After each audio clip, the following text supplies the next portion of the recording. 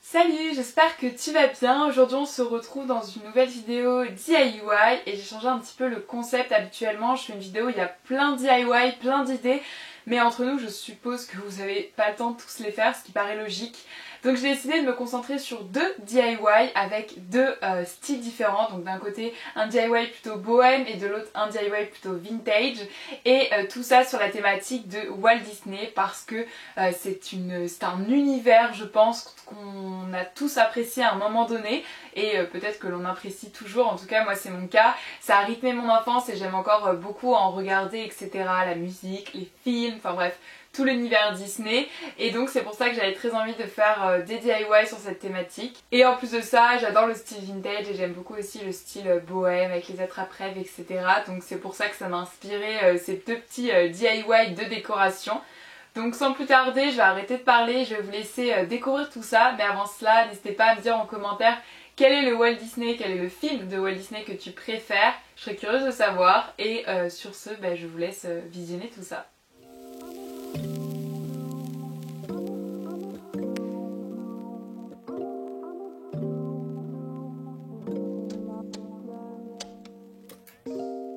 I could be your hero, but I can't get out of bed. There's too much in my head. Donc pour le matériel de ce premier DIY, vous aurez besoin d'un cercle comme ça d'attrape-rêve. Vous aurez également besoin de petites fleurs, donc celles-ci proviennent de chez Action. Vous aurez aussi besoin de plein de rubans en dentelle de couleurs différentes, d'un petit scotch ou un petit masking tape blanc, du scotch double face, et vous aurez également besoin d'une paire de ciseaux et de la corde. Pour commencer, on va venir encercler notre cercle métallique avec de la dentelle blanche. Donc pour commencer, je viens mettre un petit bout de scotch pour pouvoir bien tenir ma dentelle et ensuite je vais l'enrouler tout autour du cercle. Donc c'est assez long. Ce qui est important pendant cette étape, c'est de bien serrer pour pas que la dentelle s'en aille tout simplement. Donc vous faites ça pendant tout le tour du cercle. Et une fois que vous arrivez de l'autre côté, donc de là où vous avez commencé, on va venir refermer le tout. Donc déjà je vais couper l'excédent. Donc le mieux c'est de le faire en une fois. Donc je coupe l'excédent avec ma paire de ciseaux. Et ensuite pour attacher le tout, je vais encore utiliser un petit morceau de scotch. Tout simplement, ça tient plutôt bien. Donc voilà, votre cercle rempli de dentelle, je trouve que ça donne de la texture.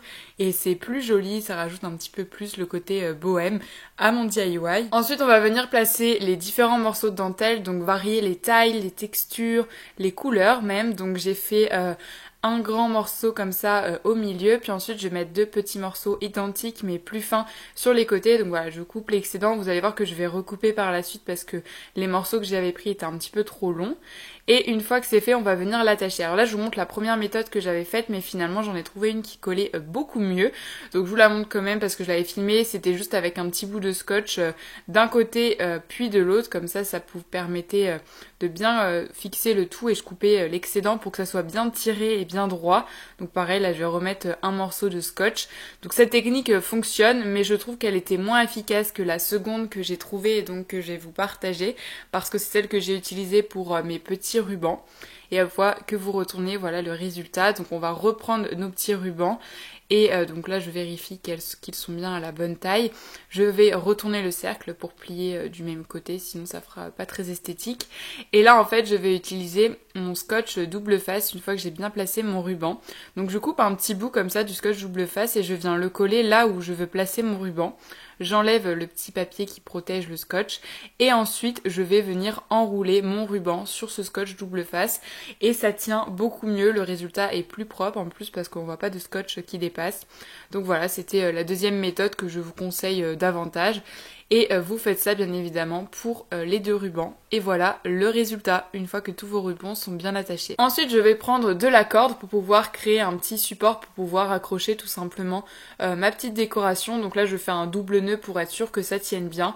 Et je fais ça des 2 côtés. Comme ça me crée une petite boucle et c'est parfait pour pouvoir l'accrocher. Et ensuite avec mes ciseaux je vais couper l'excédent de corde. Une fois que c'est terminé, je vais venir rajouter de la décoration. Donc pour cela, je viens prendre mes petites fleurs et l'avantage de ces fleurs, c'est qu'il y a des petits filets métalliques en dessous et du coup ça me permet de venir la mettre facilement en l'intégrant dans les rubans et ensuite de plier la petite tige, comme ça elle est solide donc elle tient vraiment bien. Donc voilà, ça c'est l'avantage de ces fleurs que j'avais achetées comme je vous ai dit à Action.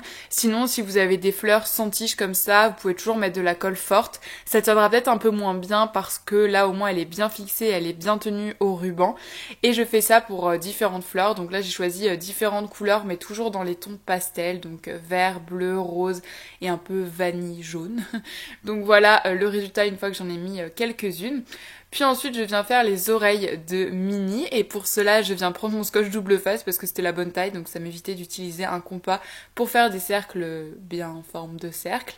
Donc ensuite je viens les découper, donc j'ai fait ça dans un papier cartonné basique en rose clair, donc rose pastel, pour assortir au DIY. Et une fois que j'ai découpé mes 2 petits cercles, je vais venir les placer de part et d'autre de mon cercle et je vais les coller avec du scotch double face encore une fois. Donc voilà, ça fait les 2 petites oreilles pour rappeler le thème de Disney ça peut penser à Minnie. Et si vous faites dans les couleurs plus chaudes, ça peut penser à Mickey si vous utilisez du rouge par exemple. Voilà, c'est à vous de voir et d'alterner selon vos préférences. Moi je voulais rester dans quelque chose de très pastel, très bohème. Donc voilà, pour ce premier DIY, il est maintenant terminé. J'espère que le résultat vous plaît. Et maintenant on va passer du coup au second en espérant que cela vous inspire pour votre décoration.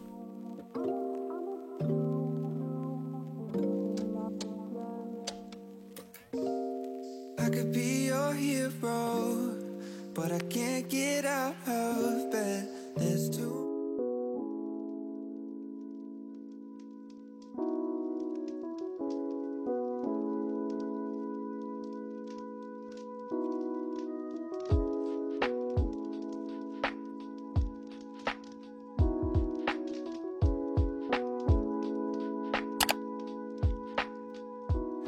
Donc pour le second DIY, pour le matériel, vous aurez tout simplement besoin de colle déco-patch, donc d'un pinceau pour l'appliquer, également d'une paire de ciseaux et d'un pot à crayon. Donc moi j'ai choisi celui-ci en bois en forme de cercle, d'ovale que j'ai acheté à la Créatitude. Et ensuite il vous faudra plein de photos d'affiches imprimées. Donc moi je les ai imprimées sur du papier recyclé pour faire encore plus un effet vintage.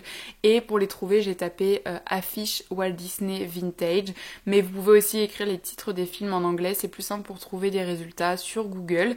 Et ensuite je viens tous les découper un par un. Donc c'est pour ça que ma grande paire de ciseaux c'était beaucoup plus rapide qu'avec une autre paire de ciseaux. Donc voilà, je les découpe tous et j'enlève les excédents de papier. C'est la partie la plus longue du DIY, mais franchement ça en vaut vraiment la peine parce que c'est grâce à ça qu'on va pouvoir le réaliser. Ce DIY est vraiment facile mais je l'adore, franchement j'aime trop le résultat. Donc voilà, une fois que vous avez découpé toutes vos petites affiches, donc moi j'en avais fait un petit peu trop, vous verrez qu'il m'en restera à la fin, mais je trouve ça trop satisfaisant.